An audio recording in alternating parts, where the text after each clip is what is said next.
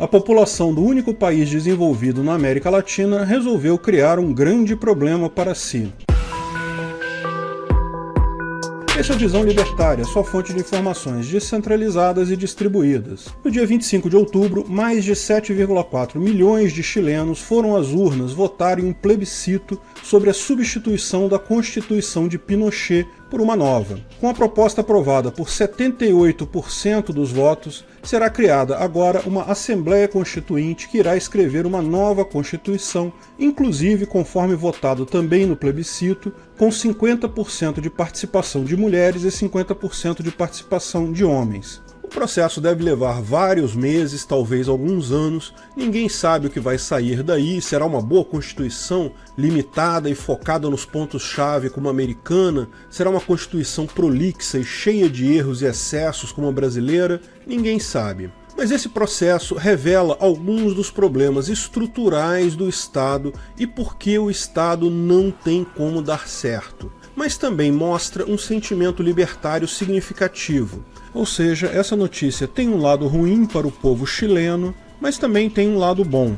Primeiro, vale entender o que é uma Constituição. O primeiro exemplo de Constituição reconhecido como tal na história é a Magna Carta, assinada pelo rei João na Inglaterra em 1215. Nessa carta, após uma longa briga com barões e proprietários de terra, o rei se compromete a limitar o seu próprio poder de taxar ao parlamento, ou seja, foi a primeira vez na história que um rei não era mais um rei absoluto. Ele não poderia mais tomar qualquer medida que tivesse na cabeça dele, ele precisava agora obedecer a um parlamento. A Constituição limitava o que o rei, ou seja, o que o Estado, poderia fazer. O Estado não era mais absolutamente poderoso. Ok, o rei João nunca obedeceu à Magna Carta em si, mas ela foi o pontapé inicial do conceito de Constituição que foi se desenvolvendo ao longo do tempo. A Constituição ganhou importância central nos estados mundo afora com a Constituição Americana, que foi a primeira vez que um novo país foi fundado já com uma Constituição, ou seja, era a ideia mais próxima de um contrato social, como previsto por Rousseau. O povo cedendo parte dos seus direitos naturais ao governo em troca de proteção e segurança, e só isso, com o governo sendo altamente limitado no que poderia fazer com o povo. A Constituição Americana ainda é, hoje, um dos melhores exemplos do que uma Constituição deve ser. Curta, contendo apenas os limites do governo, o que o governo pode ou não pode fazer. Todo o resto pode ser feito por lei ordinária ou ordem executiva. O que precisa estar numa Constituição é justamente o limite das leis. A Constituição em si deveria, na visão dos estatistas juspositivistas, tratar apenas do básico, da função central do Estado de fornecer proteção e todo o resto tratado por leis ou normas jurídicas apropriadas. Assim é tratada a Constituição na teoria do direito juspositivado, segundo a regra básica do direito do Kelsen, de que é preciso haver leis positivadas.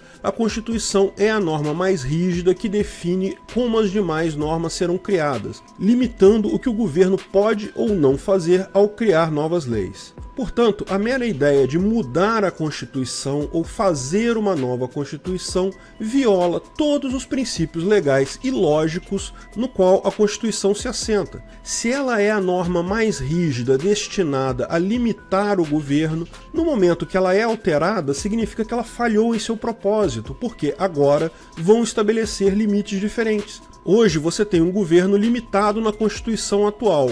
O que esses deputados constituintes escrevem, e veja, eles são governo também, será novamente algo sem nenhum limite. Eles vão definir quais serão os limites. Pior, veja a Constituição Brasileira de 1988. É claramente uma das piores do mundo, feita poucos anos antes da queda do Muro de Berlim, numa época que ainda se acreditava que comunismo era um movimento político razoável e possível. Ninguém tinha ainda a noção do grau de degradação econômica e social atrás da cortina de ferro. Talvez se tivessem feito a Constituição 2 anos depois, ela seria bem menos socialista.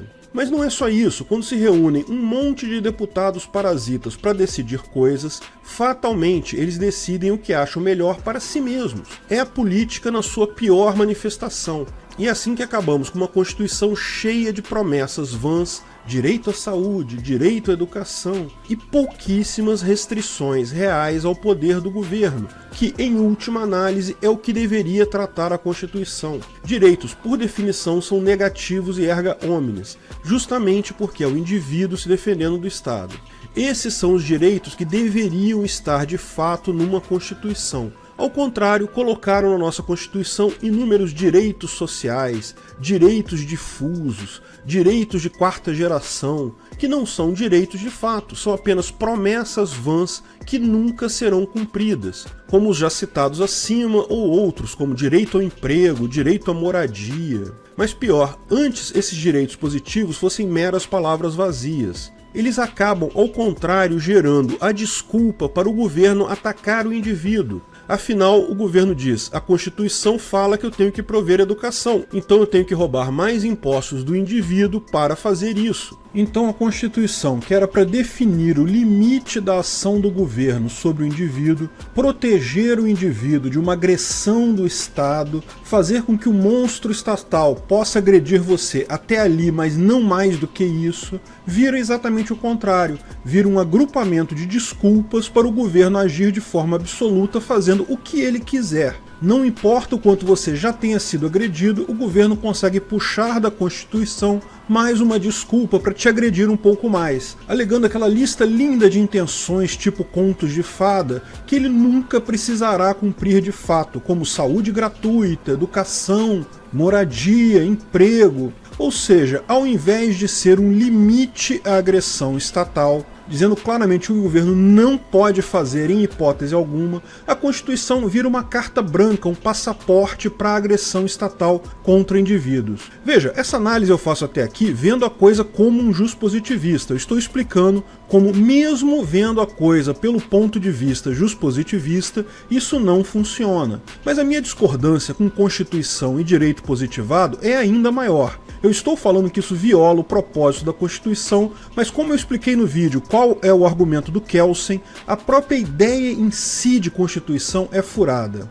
Nós, justnaturalistas, entendemos que a norma legal positiva como representação do direito é em si uma besteira. Normas legais já existem entre nós, elas podem até ser escritas para registro, mas o que importa é o que a sociedade já entende como certo e errado. Não é a lei que conduz a sociedade, é a sociedade que define a lei. E o limite do que a própria sociedade pode definir como norma legal tem que ser o direito natural, ou seja, o direito de propriedade privada e à liberdade. Lei positivada de nenhum tipo pode justificar agressão contra pessoa pacífica. Portanto, cobrar imposto coercitivamente, por exemplo, não tem como ser justificado de forma alguma. Exatamente porque é uma agressão contra a pessoa pacífica. A lei positivada, por si só, mesmo a Constituição, é só um pedaço de papel rabiscado, não tem valor normativo legal nenhum, como mostra justamente o fato de alguém querer mudar a Constituição.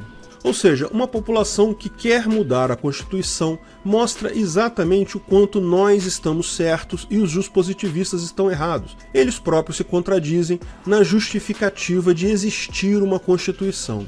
É evidente que toda Constituição é uma besteira, é um monte de rabiscos aleatórios escritos por deputados corruptos e parasitas, visando apenas o próprio bem desses deputados, a própria carreira política deles. A última coisa que querem é de fato limitar o governo, vão usar todos os subterfúgios para dar mais poder ao governo, escondidos sobre palavras bonitas como justiça social, direito a determinadas coisas e coisas similares. No final, os direitos ali não são direitos de fato, mas ao contrário, justificativos para o governo quebrar os seus limites, aumentar de tamanho, avançar sobre o indivíduo. Pior, achar que uma nova Constituição vai resolver os problemas da Constituição anterior é balela pura. Toda Constituição é uma besteira completa. Olha a nossa, por exemplo, que diz até que o Colégio Pedro II ficará sediado no Rio de Janeiro. Onde no universo uma besteira dessas era para estar na Constituição? É lógico que foi pressão de funcionários públicos e sindicatos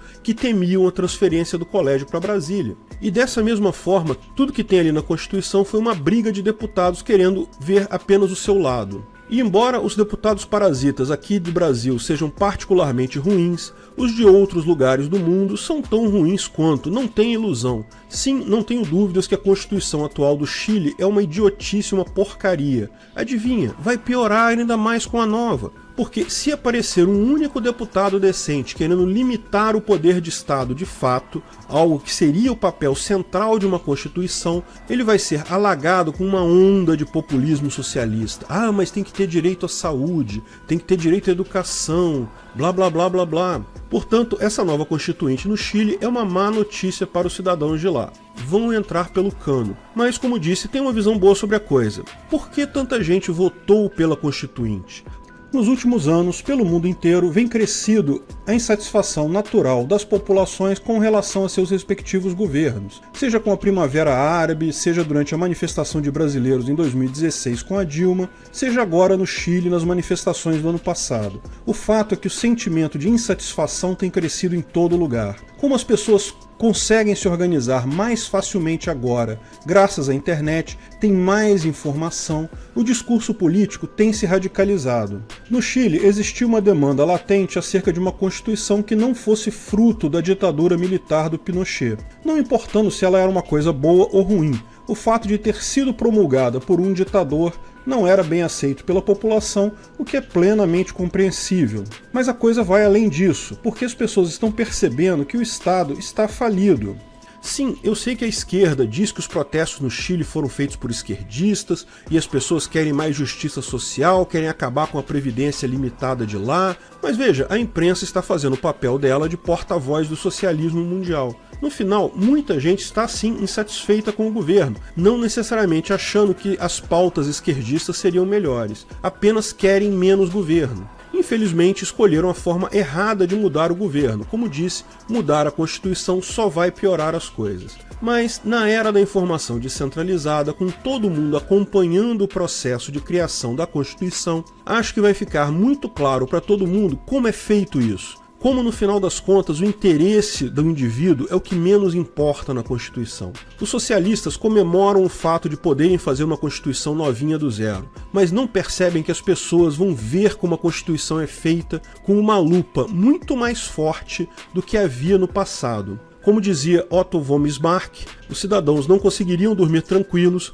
se soubessem como são feitas as salsichas e as leis. Esse movimento vai desaguar não em uma sociedade mais socialista, cheia de arco-íris e igualdade social, como acha o pessoal esquerdoso. Ao contrário, vai resultar em um governo mais socialista, um Estado maior e mais poderoso, mas a população descolada desse Estado, a população perdendo a crença na possibilidade do Estado em si resolver qualquer coisa. E vamos ficar de olho, porque é só natural que esse truque será tentado aqui no Brasil também. E da mesma forma vai passar, porque já tem muita gente na direita que é contra a Constituição, o pessoal da esquerda também é contra. No final das contas, se passar um plebiscito desse aqui no Brasil, o povo votaria sim, pode ter certeza, para ter o mesmo resultado no final. No final, uma Constituição ainda pior do que a que temos hoje, mas o povo mais acordado do que nunca.